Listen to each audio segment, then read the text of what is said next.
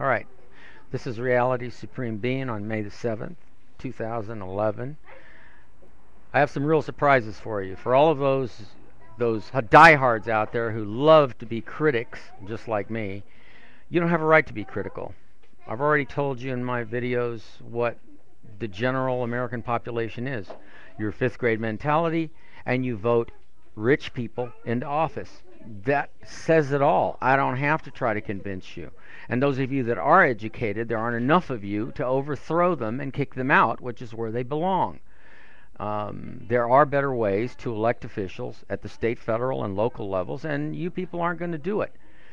And all my other videos say about what happened to me and all that. This isn't about feeling sorry for me. This is about justice, righteousness. This is about everybody getting a fair shake, and it's not. Look at this video, Letters to the President. He talks about how those letters, he gets 10 letters every week, and he answers all of them by hand. And then he says some letters are good and bad, and some people are really angry. Well, hey, yeah, especially when you notify the White House, you tell them, hey, people have been harassing you, people are victimizing you, especially the city council, the mayor's office. You know, these people all need to be investigated. Out of that, you know, forget about investigating them. Kick them all out. What this boils down to is, I guess I could maybe get a little bit more technical here about a lot of different subjects that all come together all at one time. And most people, because of your fifth grade mentality, you can't multitask as fast as I do, so you can't put it all together. You've got to watch the videos and listen to bits and pieces of the intelligent things that I'm saying in between all the ranting and ravings. You have to. That's the only way you're going to get to hear me and how I really am inside of my head, how definitely collected I am, how super focused I am inside of my head. It's difficult to get it across to you about what an idiot you're allowing yourself to be. And you're all idiots. You pay taxes to this government. You kill innocent men, women, and children in Vietnam, in Panama, in Iraq, and Afghanistan. Listen, if you don't believe me, why don't you go get this book? It's called Addicted to War, okay? And if you talk to this guy, he will tell you exactly what these people are doing. Why the U.S. can't kick militarism. The man's name... it's illustrated by Joel Andres, and the man's name that actually does all this. You'll see names like Martin Sheen, Ramsey Clark. You'll hear Chris Christopherson. You've got a lot of people in here that really say they have a good heart. The man's name is Frank Dorrell, and he's a P.O. Box 3261, Culver City. His phone number is 310-838-8131, and it's fdorrell@addictedtowar.com. And he talks about the Cold War. He talks about, you know, all the way back to the time of the Indians and the massacre. He fits how the bombs were unnecessary in Japan. I can go on and on about the atrocities that these idiots that work for the Bilderberg Group, the Trilateral Commission, the Rockefellers, the same people that bin Laden was complaining about.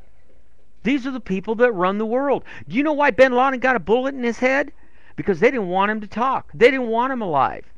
Now let me tell you something, the truth. This is the real truth. And I don't care whether Rush Limbaugh tells you his bull crap or Howard Stern tells you their bull crap. It's all piecemeal. Get this, piecemeal. You're not going to get the whole truth unless it's from me. And then you've got to have a whole series of videos listening to me. I'd get tired of listening to me. Are you kidding? I wouldn't be doing all this if they had left me alone. They are scared crapless of me, but they don't want to kill me yet. You know why? Because I know a lot. I mean, when I start talking about quantum physics and I'm tying all this stuff together, they're scared crapless of me. Trust me, behind that closed door in the Bilderberg Group, the White House, the French government, the British government, they all know. They've watched these videos and they are scared. The more they listen to, the more they go, if this guy ever gets in power, we are screwed. And let me tell you something, you are. I'm telling you that to the leaders of the world right now. You are screwed. I don't have to take stupid 2 buildings down or anything else. All I have to do is talk. and you're screwed. It's just a matter of time. Now let me tell you something about bin Laden. You really want to catch terrorists? I could have caught him and his whole compound without firing one shot. They would have surrendered immediately. Why didn't they use tear gas? Why didn't they use, any number of other things they could have used? Oh, they would have had gas masks. Oh, yeah. They'll give you every excuse they can. Let me tell you, Obama, George Bush Jr., George Bush Sr., Clinton, ex-President Clinton, Johnson. I don't care who you pull, Nixon. I don't care who you pull out, what rabbit you pull out of the hat. These people were bought and paid for by the Bilderberg Group, the Rockefellers, the Trilateral Commission, the money interest of the world. It's like a house of cards. If you mess with the DuPonts, you mess with the Rockefellers, or do anything to really screw and rock the boat, you bring down everything. That's the truth. So what would you do if there was a complete financial collapse worldwide? Well, everybody would be each other's throats. They certainly wouldn't be complaining about my cars, trucks, and boats in my yard. They'd be complaining about other things, okay? Maybe they'd even be doing a revolution. But that's not what's going to happen.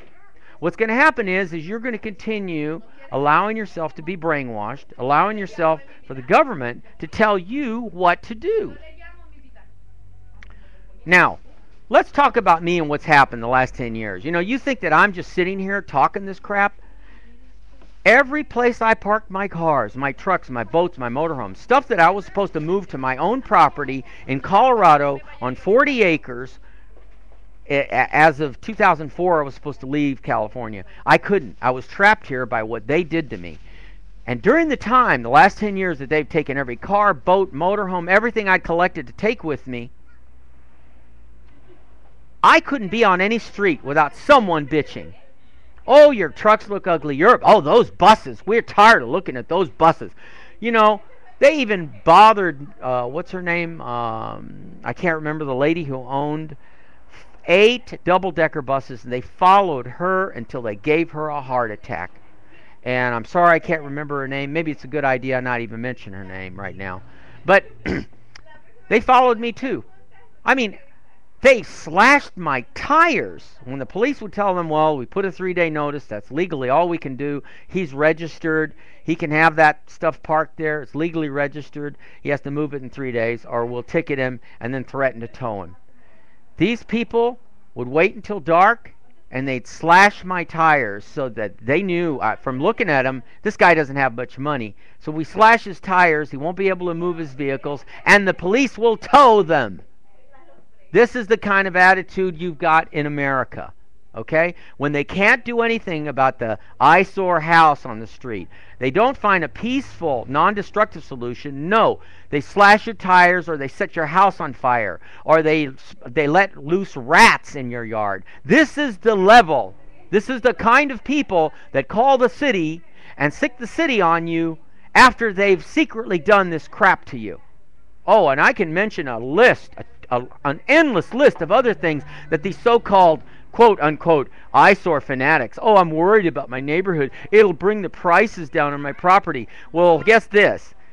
The property values did not drop because of eyesores in neighborhoods or because of neighborhood disputes. They drop because of bad loans. They drop because of people desperately wanting to own homes, would do anything to own a home, to get out of the rental slavery market, because that's what it is. When you're a renter, you're a slave. Did you know in New Zealand that 90-something% of the property in New Zealand is owned? You won't find that figure here in the United States, I guarantee you. You know why?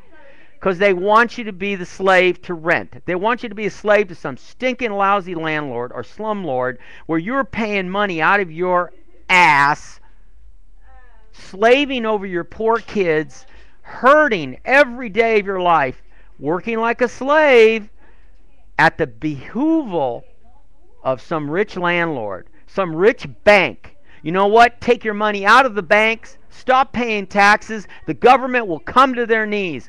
This is why bin Laden had a bullet put in his head. This is why Saddam Hussein was hung. As bad as they were, they had their argument.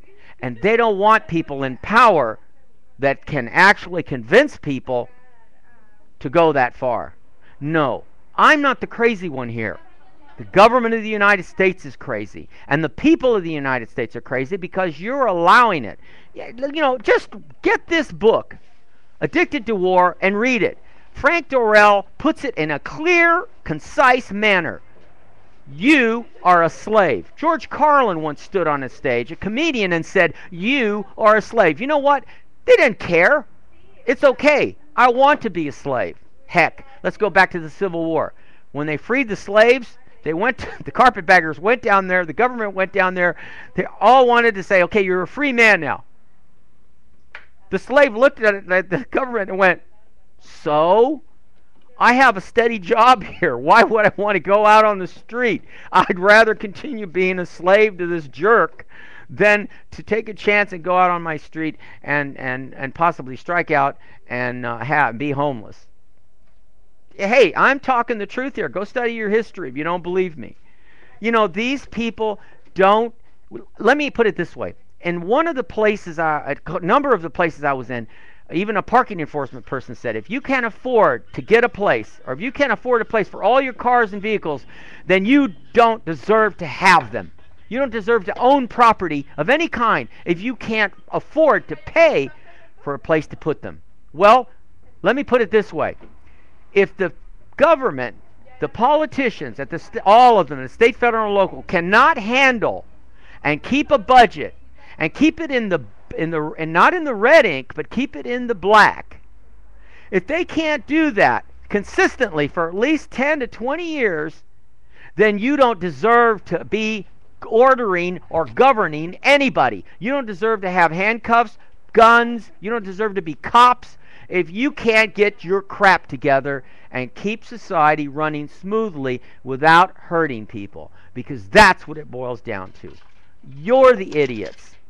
But is anyone going to listen to this video? No. I'll get 5 or 6 people, look at the views. What you're going to want to see is sex or destruction on television. I mean on YouTube. This is what you people like. Look at the world that you have in the United States. You think it's really all that great? It isn't. You think it's great to get up and sit in rush hour traffic every day of your life when you have an internet that can practically free you from that and you can work from home from now on? These people need a wise leader. And none of them are wise because they're all whores. They're all bought and paid for. They are at the behooval of the rich money interest, the International Monetary Fund, that circulation of money that we can't rock the boat because the whole thing will fall. Well, it's already falling anyway. The other day they're talking about, the gas prices might drop a little. Whoop-de-doo. So what? They're actually trying to force you to buy the hybrid cars to put yourself further in debt, get rid of all the gas guzzlers, because by the time they get it to $6 a gallon, and you're getting, let's say, 60 miles to the gallon, it's the same as it was 30, 40 years ago. Think about it. You were paying $2 a gallon and only getting in a V8 10 miles to the gallon. Well, now you're getting 60 miles to the gallon and you're paying $4 a gallon. Do the arithmetic. Even a dummy can figure what I just set out. Even a retarded person can look at that and go, oh, it's the same. It's more money, yeah, but it's the same because you're getting more miles to the gallon. But if you can't see that, then you're an idiot and you deserve to continue being an idiot. Instead, I got people pointing fingers at me.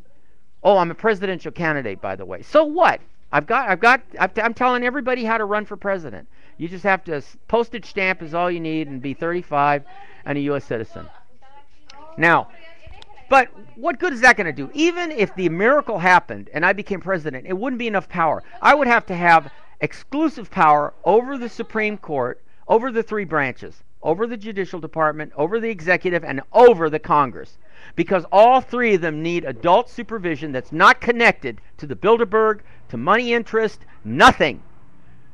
A person in power over them that promises new progress that isn't tied to death and destruction. This they can't promise you. I can. Anyway, that's the end of this 15-minute section. I'll do another one in a few minutes.